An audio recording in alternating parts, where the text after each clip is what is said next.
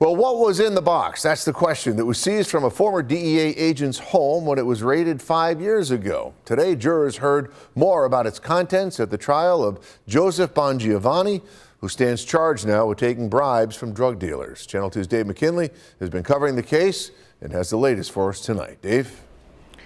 Scott, the box was something several witnesses have testified that Bongiovanni had no business having in his home even when he was a DEA agent, let alone 6 months after he had retired. For a second day, jurors heard testimony from Homeland Security Special Agent Curtis Ryan, who was key in the investigation that led to charges against Bongiovanni. Ryan led the June 2019 raid on Bongiovanni's Tonawanda home, wherein was found a box containing files, which prosecutors say Bongiovanni removed without permission from the DEA offices in the Electric Tower when he retired from the agency 6 months prior.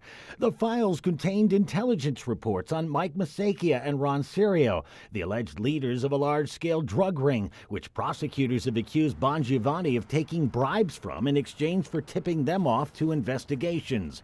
Ron Serio testified last week he arranged for $250,000 in payments over nearly a decade to Bongiovanni. Hundreds of pages from those files were entered into evidence by prosecutors. On the day of the raid, Ryan testified that Bongiovanni told him he kept the files because he knew of an ongoing investigation into the local mafia, which the sides in court are only allowed to refer to as Italian organized crime, and that Serio would likely be a target of due to having a last name that ended with a vowel.